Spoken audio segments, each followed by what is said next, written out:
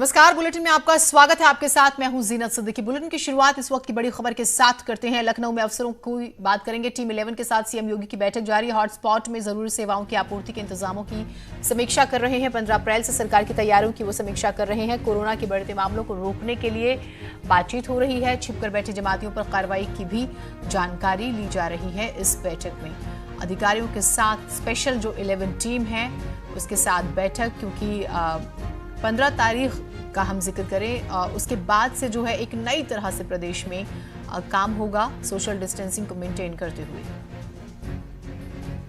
अजीत हमारे साथ, हमारे सहयोगी जुड़े हुए हैं। अजीत, इस पूरी मीटिंग के बारे में बताइएगा।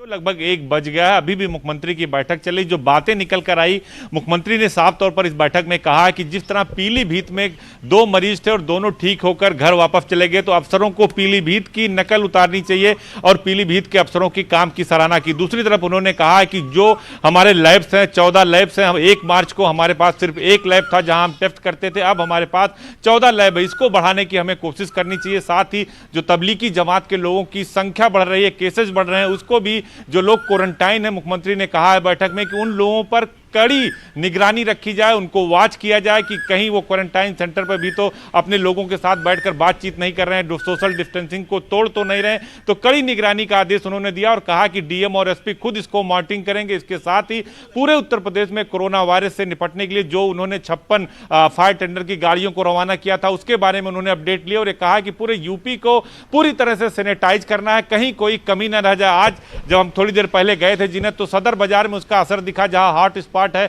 12 जमातियों को कोरोना पॉजिटिव पाया गया था। तो वहां पर एम्बुलेंस से लेकर पुलिस चौकी तक जो पुलिस जवान जहां बैठते हैं, सब कुछ सैनिटाइज किया जा रहा था। तो मुख्यमंत्री एक एक चीज का अपडेट ले रहे हैं। साथ ही उन्होंने यह भी कहा कि जो लॉकडाउन का अनुपालन ना करे उसके साथ सख्ती से निपटा जाए और 15 अप्रैल को क्या तैयारी है उसके बारे में उन्होंने टीम 11 से बैठक की और कहा कि कल जब सुबह 11 बजे आप लोग आएंगे तो उसका पूरा खाका हमें तैयार करके बताएंगे और ये बताएंगे कि उत्तर प्रदेश में कौन कौन सी सेवाएं किस तरीके से चल रही, इसको हम और कितना बेहतर कर सकते हैं। इसी सिलसिले में जिन्हें आज उन्होंने शाम को 6 बजे एक बड़ी बैठक बुलाई है अपने आवास पर, जिसमें मुख्यमंत्री के साथ उनके 11 मंत्रियों की, यानी टीम 11 मंत्रियों की जो बनाई है वो लोग जाएंगे, जिसमें कृषि मंत्री, वित्त मंत्री, लोक निर्माण मंत्री, शिक्षा मंत्री कि आखिर ऑनलाइन एजुकेशन कैसे चलेगा, इंफ्रास्ट्रक्चर निर्माण कार्य कैसे होगा, जो और जरूरी सेवाएं हैं, जो ऑनलाइन डिलीवरी की बात की जा रही है, जो इकोनॉमी को आगे ले जाने की बात है, उन सब का अपडेट आज शाम को 6 बजे लेंगे। फिलहाल जिन्हें अभी भी जो टीम 11 की अधिकारियों की टीम 11 उसके साथ सीएम की बैठक जारी है। बहुत शुक्रिया आपका अजीत तमाम जानकारियों के लिए। और शाम की बैठक के बाद भी 15 तारीख को लेकर क्या रोड मैप है वो पिक्चर क्लियर हो जाएगी। खबरों में आगे बढ़े उससे पहले एक और बड़ी खबर से आपको रूबरू करा देते हैं। नोएडा में कोरोना के 2 मरीज ठीक हो चुके हैं, लेकिन एक बार फिर से उनकी रिपोर्ट पॉजिटिव आने से डॉक्टर संकट में है। दोनों मरीजों को डिस्चार्ज कर दिया गया था, लेकिन एक बार फिर से तबियत बिगड़ने की वजह से उन्हें अस्पताल में भर्ती कराया गया, जहां जांच में उनकी रिपोर्ट पॉजिटिव आई है। अब देखिए, क्योंकि डिस्चार्ज कर दिया गया, वो घर पर गए होंगे, घर के लोगों से मिले होंगे और फिर तबीयत खराब होती है, दोबारा से टेस्ट होते हैं, वो देखिए पॉजिटिव पाए जाते हैं। अब ये थोड़ा सा डराने वाली सिचुएशन है। प्रीति हमारे साथ है। प्रीति, पूरी खबर बताइएगा। बिल्कुल जीनत, जो अभी मामला जो जानकारी में आ रहा है उसके अनुसार 2 लोग थे जिनको पहले उनकी रिपोर्ट टेस्ट करवाया गया था। टेस्ट करवाने के बाद उनकी पहले जो 2 रिपोर्ट थी वो निगेटिव आई थी, उसके बाद उनकी जो तीसरी रिपोर्ट थी वो पॉजिटिव आई थी। जब रिपोर्ट पॉजिटिव आई तो उनको जिम्स अस्पताल में भर्ती करवाया गया, उनका इलाज हुआ। दोनों लोगों का इलाज होने के बाद उनको ठीक, डॉक्टर्स ने कहा कि वो दोनों लोग ठीक हो गए हैं, दोनों लोगों को डिस्चार्ज कर दिया गया था। लेकिन डिस्चार्ज करने के बाद कुछ दिनों के बाद उन्हें फिर कोरोना के लक्षण नजर आए, जिसके चलते वो फिर अस्पताल पहुंचे और उन्होंने फिर से अपने टेस्ट करवाए। तो जब फिर से अपने टेस्ट करवाए तब उनकी जो आज रिपोर्ट है वो पॉजिटिव आई है दोबारा से। तो इसको लेकर डॉक्टर्स काफी सख्ते में हैं, काफी अचानक से, क्योंकि पहली रिपोर्ट निगेटिव थी, अब फिर पॉजिटिव आ गई है, डिस्चार्ज हो गए थे। अब फिलहाल जो दोनों जो मरीज हैं उनका जिम्स अस्पताल में आज उनको दोबारा से भर्ती करवाया गया है और उनका इलाज चल रहा है। लेकिन ये जो स्थिति है इससे डॉक्टर्स भी काफी सख्ते में नजर आ रहे हैं। प्रीति, यहाँ पर 2 संभावनाएं बन रही हैं, या तो ये किसी के संपर्क में आए ऐसे व्यक्ति के, या तो जो है, और देखिए एक और चीज कि परिवार में फिर एक दहशत वाली स्थिति। बिल्कुल जीनत, आप एक तो ये कहा जाता है कि जब कोई मरीज पॉजिटिव होता है और उसके बाद जब वो ठीक हो जाता है, डिस्चार्ज होकर जब अपना घर जाता है, तो उसको भी 14 दिन क्वारंटाइन में वो रहता है। मतलब कि 14 दिन प्रिकॉशन के तौर पर आफ्टर ठीक होने के बाद उसको अलग रखा जाता है, वो अपने घर में भी अलग ही रहता है। लेकिन ये तो उम्मीद कम है कि वो अपने घर वालों से, हालांकि जरूर वो लोग मिले होंगे, घर वालों को इसके लक्षण हो सकते हैं, लेकिन 14 दिन वो अपने घर में थे, तो राहत की बात ये जरूर है कि वो 14 दिन निकले नहीं, तो किसी और लोगों को होने की संभावना कम है। हाँ, घर में जो लोग हैं या घर में जो लोग आ रहे होंगे अगर कोई, तो उनको होने की संभावना। ठीक, प्रीति, बहुत शुक्रिया आपका तमाम जानकारियों के लिए। इसी बीच एक और बड़ी खबर है, मुख्यमंत्री योगी आदित्यनाथ का हम जिक्र करेंगे। आज स्पेशल 11 टीम जो बनाई गई है मंत्रियों की, उसे लेकर शाम को 6 बजे बैठक होनी है। सीएम आवास पर यह बैठक होगी और अफसरों की तरह ही मुख्यमंत्री ने ये एक स्पेशल टीम बनाई है और मंत्रियों को अलग अलग जिम्मेदारियां दी गई है। 15 अप्रैल से लागू होने वाली व्यवस्थाओं की जिम्मेदारी दी गई है।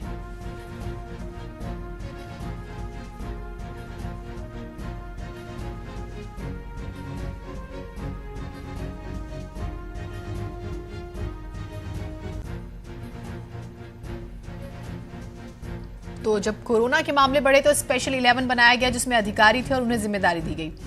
अब क्योंकि 15 तारीख से देखिए लॉकडाउन की अवधि भले ही खत्म हो रही हो, लॉकडाउन बढ़ाया जाएगा या नहीं उस पर अंतिम फैसला भी नहीं, लेकिन फिलहाल एक स्पेशल 11 मंत्रियों की टीम बनाई गई है जो कि डिपार्टमेंट्स के हिसाब से काम करेंगे। महेंद्र सिंह जल शक्ति मंत्री, वाटर से रिलेटेड जितने भी काम होंगे, तमाम सिंचाई योजनाओं का जिक्र करें, उसको लेकर डिप्टी सीएम केशव प्रसाद मौर्य ये अपनी जिम्मेदारी निभाएंगे। दिनेश शर्मा एजुकेशन को लेकर तमाम स्टेप्स, सुरेश खन्ना वित्त मंत्री, ऑनलाइन कारोबार जो है वो इनके जिम्मे हैं। सूर्य प्रताप शाही कृषि मंत्री, गेहूं खरीद को लेकर और किसानों को किस तरह की दिक्कत ना हो, न्यूनतम समर्थन मूल्य जो है उसका ख्याल रखा जाएगा। राजेंद्र प्रताप जो हैं ग्राम विकास मंत्री, तो ये जो है जो छोटे हमारे उद्योग हैं उसको भी जहन में रखते हुए केशव प्रसाद मौर्य, देखिए रियल एस्टेट का जब हम जिक्र करते हैं या हम मजदूरों का जिक्र करें, उस लिहाज से काम और तमाम जो इंफ्रास्ट्रक्चर का निर्माण रुक गया है उस पर ध्यान देना, तो धीरे धीरे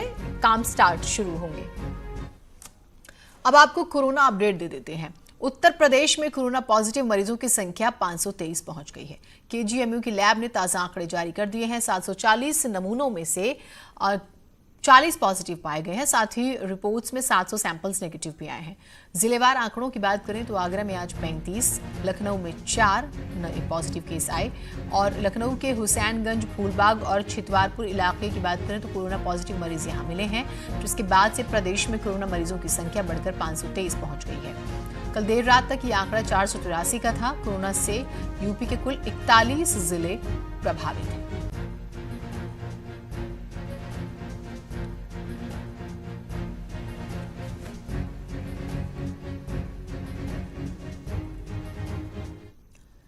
राजधानी लखनऊ समेत पूरे यूपी में कोरोना को लेकर क्या हालात हैं, जायजा लिया हमारे सहयोगी अलाउद्दीन ने।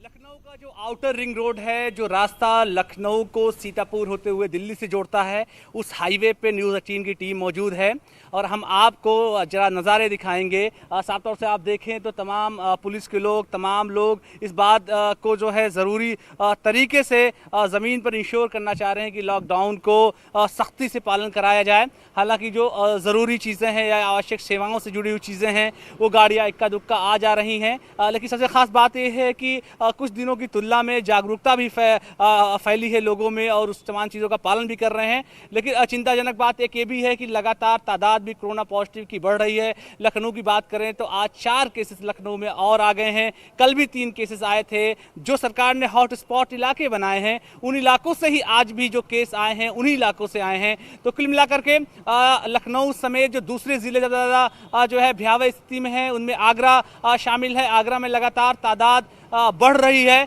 हालांकि वहां पर स्थानीय प्रशासन ने अपने तरीके से बहुत सख्ती की हुई है। इसके अलावा कुछ खबरें जो है नोएडा और तमाम जो ज़िले हैं जहां पर केसेस बढ़े थे, लेकिन पिछले 2 दिनों से वहां पर केसेस नहीं आए हैं। तो ऐसे में उम्मीद की जा रही है कि जिस तरह से सरकार लगातार काम कर रही है कोरोना को लेकर, खासतौर से पूरे देश का जब आंकड़ा आप देखते हैं तो उत्तर प्रदेश कहीं ना कहीं थोड़ी सी सुखद स्थिति में है। 45 लोग डिस्चार्ज भी हो चुके हैं, ठीक होकर के अपने घरों में जा चुके हैं। तो कुल मिलाकर के तमाम लोगों से न्यूज़ 18 की भी अपील है कि अपने घरों में रहिए, सुरक्षित रहिए, कोरोना से बचकर रहिए। कैमरा पर्सन गोपी गिरी के साथ अलाउद्दीन, न्यूज़ 18 लखनऊ। उधर आगरा में एक बार फिर से कोरोना विस्फोट देखने को मिला है। एक साथ 30 नए कोरोना पॉजिटिव मिलने के बाद ताजनगरी में कोरोना के मरीजों की संख्या 134 पहुंच गई है। बता दें कि अब तक 10 मरीज ठीक हो चुके हैं। आगरा का पारस अस्पताल बड़ा चैलेंज बनकर उभरा है। अस्पताल से जुड़े अब तक 16 मरीजों में कोरोना की पुष्टि हो चुकी है। उधर फतेहपुर सीकरी में एक गाइड की वजह से कोरोना का विस्तार हुआ है। सीकरी में 14 कोरोना पॉजिटिव मामले सामने आने से हड़कंप मच गया। आगरा में 2264 सैंपल कल भेजे गए थे और उनकी रिपोर्ट आई तो 30 लोग कोरोना पॉजिटिव पाए गए। इस तरह से आगरा में कोरोना पॉजिटिव की संख्या अब 134 हो गई है और आगरा की सड़कें अब सूनी हैं। आप देख सकते हैं आगरा दिल्ली हाईवे सिर्फ आवश्यक वाहन ही जा रहे हैं, जो इमरजेंसी सेवा में लगे लोग वो जा रहे हैं। इसके अलावा जो सबसे खास बात यह है कि पारस हॉस्पिटल आप देखिए तस्वीरों में, यही वो पारस हॉस्पिटल है जो सबसे बड़ा चैलेंज बन गया है प्रशासन के लिए, स्वास्थ्य महकमे के लिए, क्योंकि यहाँ में अब तक 16 मरीज कोरोना के पाए जा चुके हैं और जो पड़ोस के जनपद फिरोजाबाद में कोरोना फैला है तो वो भी यही से कांटेक्ट है उसका। और यही का आदमी जब वहाँ गया फिरोजाबाद तो ताश के पत्ते खेलते वक्त उसने 4 लोगों को कोरोना दिया। तो इस तरह से कोरोना पीड़ितों की संख्या लगातार ताज के शहर में बढ़ती जा रही है। लेकिन उससे बड़ी बात यह है कि यहाँ सारे इलाके सील किए गए, हॉट स्पॉट जितने भी हैं वहाँ कोई जा नहीं सकता और हॉट स्पॉट में रहने वाले सभी लोगों की जांच हो रही है। हर दिन 1,500 से 2,000 से अधिक सैंपल जाते हैं। इसकी वजह से यहाँ संख्या जरूर बढ़ती है, लेकिन नियंत्रण भी होने की संभावना जल्दी है। फतेहपुर सीकरी में भी 14 नए केस मिले हैं, वहाँ कोरोना एक गाइड ने फैलाया है। तो फतेहपुर सीकरी भी एक चैलेंज है, पारस हॉस्पिटल चैलेंज है। इसके अलावा शहर के जितने भी संवेदनशील इलाके हैं यानी हॉट स्पॉट है वहाँ सुरक्षा सख्त की गई है और कड़ी निगरानी के बीच सबके सैंपल लिए जा रहे हैं। कैमरामैन बंटी के साथ हिमांशु त्रिपाठी, न्यूज़ 18 आगरा। कोरोना की वजह से जो लॉकडाउन पूरे देश में लागू है उसका आज आखिरी दिन है, लेकिन अब सवाल है कि लगातार बढ़ते मामलों के बीच यूपी सरकार क्या कदम उठाएगी। लॉकडाउन बढ़ने को लेकर तरह तरह के कयास लगाए जा रहे हैं, लेकिन 14 अप्रैल के बाद सरकार की रणनीति क्या है उसको लेकर चीजें साफ हो पाएंगी। अब यूपी सरकार धीरे धीरे आम लोगों के लिए सुविधाएं बढ़ाएगी, जैसे शेल्टर होम में रहने वाले लोगों को घर भेजा जाएगा, खाने के पैकेज के साथ उन्हें घर भेजा जाएगा। 15 अप्रैल से ऑनलाइन गेहूं की खरीद शुरू होनी है। किसानों को फसल का दाम पूरा मिलेगा। कृषि मंत्री सूर्य प्रताप शाही की अध्यक्षता में कमेटी भी बनाई गई है। 15 अप्रैल से सभी मंत्री अपने कार्यालयों में बैठेंगे। तमाम विभागों में कामकाज शुरू होगा। 14 दिन जो लोग शेल्टर होम में रह चुके हैं, उसी जनपद में हैं, उनको एक बार जांच करवा करके फिर सुरक्षित 14 दिन के होम क्वारंटाइन में उनके घर में भेजने की व्यवस्था हम करें। खाद्यान्न की आपूर्ति उनको लगातार हो, इसके बारे में खाद्यान्न का पैकेट भी उनके साथ ही वहां जाएगा। ये चीजें हम तत्काल रूप से लागू करने जा रहे हैं। सभी मंत्रियों से इस बारे में कहा जा गया है कि 15 अप्रैल से वे अपने कार्यालयों में बैठें, सामान्य कामकाज को निपटाएं, अपने प्रभारी जनपदों में जो वहां पे शासन से जुड़ी हुई केंद्र और प्रदेश सरकार की गरीब कल्याणकारी योजनाएं हैं, इनकी मॉनिटरिंग करने के साथ साथ विभागीय कार्यों को संपादित करने की व्यवस्था करें। बात एक और बड़ी खबर की करते हैं। कैबिनेट मंत्री नंदगोपाल नंदी की बात करेंगे। उनकी मेयर पत्नी अभिलाषा गुप्ता नंदी जो है, उन्हें जान से मारने की धमकी देने वाले आरोपी को कानपुर से गिरफ्तार किया गया है। आरोपी नीरज यादव हमीरपुर जिले के कुरारा थाना क्षेत्र का निवासी बताया जा रहा है। कोतवाली और क्राइम ब्रांच टीम ने मोबाइल लोकेशन के आधार पर कानपुर से आरोपी को गिरफ्तार करने में कामयाबी हासिल की है। आरोपी नीरज यादव के खिलाफ कुरारा थाने में गंभीर धाराओं में 3 मुकदमे दर्ज हैं।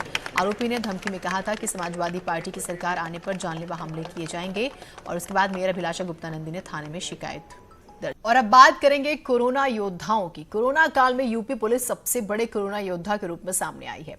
औरैया में लॉकडाउन की वजह से कच्ची शराब बनाने वाले लोगों का जब काम बंद हो गया तो इसका सीधा असर उनकी आजीविका पर पड़ा। चूल्हा जलाना तक मुश्किल हो गया। ऐसे में हर वक्त इनका दुश्मन बनी पुलिस इस बार उनकी मददगार बनकर सामने आती है। पुलिस लगातार ऐसे लोगों के घरों पर गई और राशन पहुंचाया।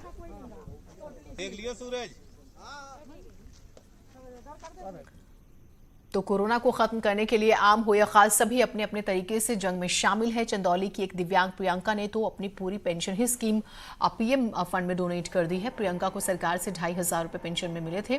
प्रियंका लखनऊ के एक कॉलेज में बीटीसी की पढ़ाई करती हैं और इन दिनों लॉकडाउन की वजह से अपने घर चंदौली आई हुई है।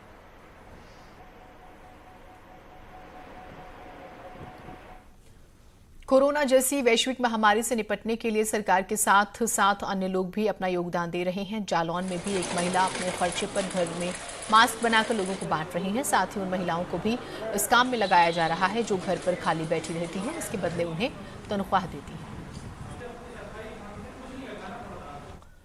पीलीभीत में कोरोना के मद्देनजर डीएम वैभव श्रीवास्तव और पुलिस अधीक्षक अभिषेक दीक्षित रात में भी अलर्ट दिखाई दे रहे हैं। आधी रात दोनों अधिकारी बरेली हाईवे पर नाकाशाही चौकी बैरियर का निरीक्षण करने पहुंच गए।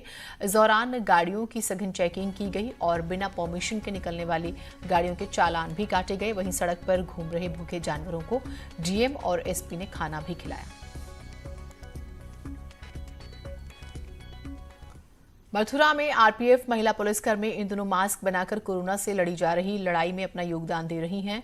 लॉकडाउन की वजह से मथुरा के रेलवे स्टेशन वीरान पड़े हुए हैं। ऐसे में लोगों की सुरक्षा में तैनात रहने वाली महिला पुलिसकर्मी खाली थी, लेकिन बाजार में मास्क की कमी की खबर लगते ही आरपीएफ इंस्पेक्टर की देखरेख में इन्होंने मास्क बनाने का फैसला लिया।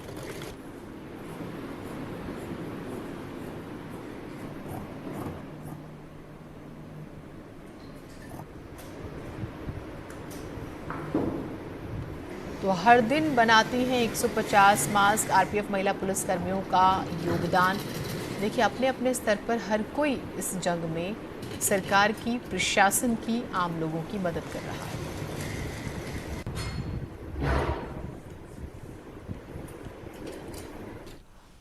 और अब आपको सुनाते हैं कोरोना के खिलाफ बाल सेना आपसे क्या अपील कर रही है। Follow the lockdown. Stay home, stay safe. बचने के लिए क्या क्या करना चाहिए? हैंड वॉश करनी चाहिए और डेली ऑरेंज खाना चाहिए। ओके। और बाहर जाना ही चाहिए। और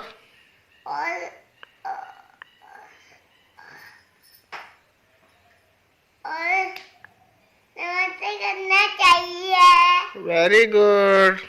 मैं प्रतीति शुक्ला फ्रॉम कन्नौज। आज दूर रहना ज़रूरी है ज़िंदगी भर साथ रहने के लिए। So please stay home, stay safe, please follow the lockdown. हारेगा कोरोना, जीतेगा इंडिया। बाहर ना चलिए, कोरोना वायरस चल रहा है, डेंजरस होता जा रहा है।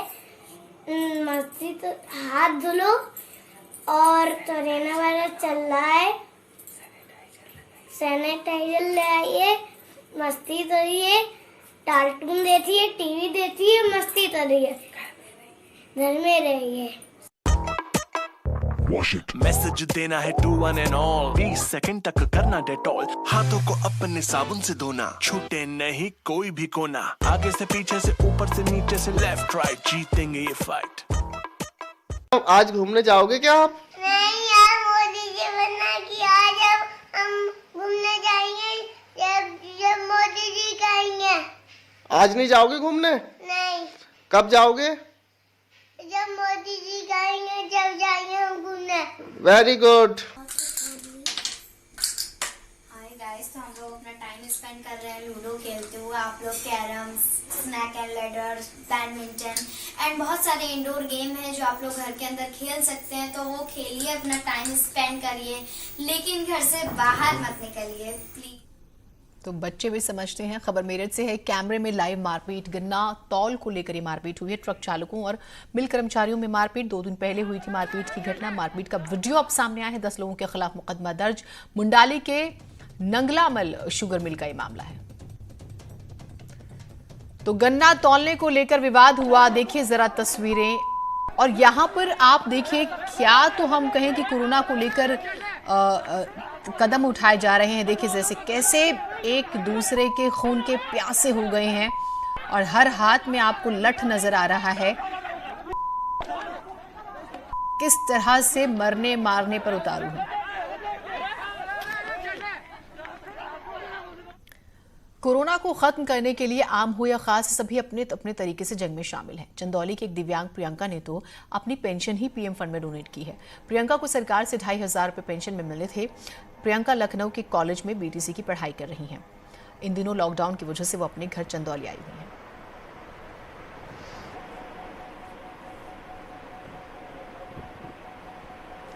तो देखिए, सिर्फ ये फर्क नहीं पड़ता कि आप कितने संपन्न हैं, आप कितना खुला दिल रखते हैं, कितनी इंसानियत रखते हैं, ये महत्वपूर्ण है। और इस अगर आप लड़की को देखें, इस बच्ची को देखें, उसने भी यही दिखाया। 2500 रुपये पेंशन मिलती है, विकलांग है, आप समझ रहे हैं, तस्वीरें देख रहे हैं, लेकिन नहीं, बेहतर करना है तो पीएम केयर फंड में उन्होंने ये पैसे डोनेट किए हैं।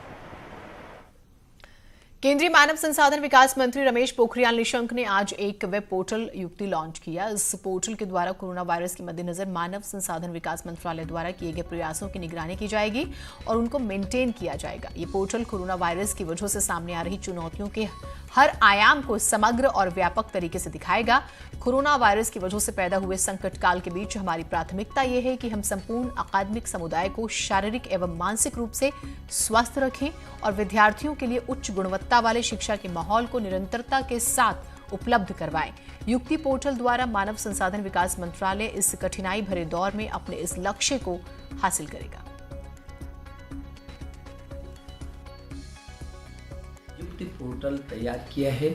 ये युक्ति पोर्टल ऐसा प्लेटफॉर्म होगा जिसमें हमारी सभी संस्थाएं, चाहे हमारी आईआईटी है, एनआईटी है, आईसर है, आईपीएस है, हमारी एआईसीटी है, हमारे विश्वविद्यालय हैं और आईसर हैं, तमाम वैज्ञानिक संस्थाएं हैं जो मानव संसाधन विकास मंत्रालय से तमाम जुड़ी छोटी बड़ी संस्थाएं हैं, वो क्या क्या काम कर रही हैं और वो क्या क्या अभी तक उन्होंने अनुसंधान किया है, वो सभी इकट्ठा एक स्थान पर होगा।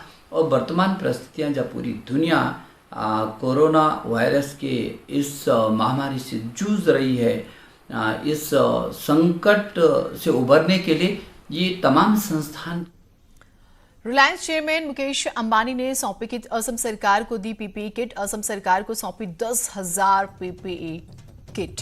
तो एक और बड़ा कदम आम जनता के लिए रिलायंस का हम जिक्र करेंगे, जो लगातार इस महामारी के खिलाफ सरकार के हाथ मजबूत कर रही है, चाहे वो फंड के जरिए हो, अस्पताल के जरिए हो और या फिर यहाँ पर पीपीई किट के जरिए हो। असम सरकार को जो है उन्होंने 10,000 पीपीई किट सौंपी है।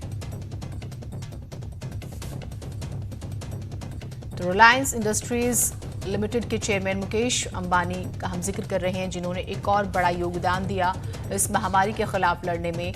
उन्होंने असम सरकार को पीपीई किट सौंपी है। असम सरकार को 10,000 पीपीई किट सौंपी है। असम स्टेट, हम उसकी सिचुएशन को समझते हैं और हर तरह से मदद के लिए तैयार। और एक छोटे से ब्रेक ले रुक रहे हैं, कहीं मत जाइएगा।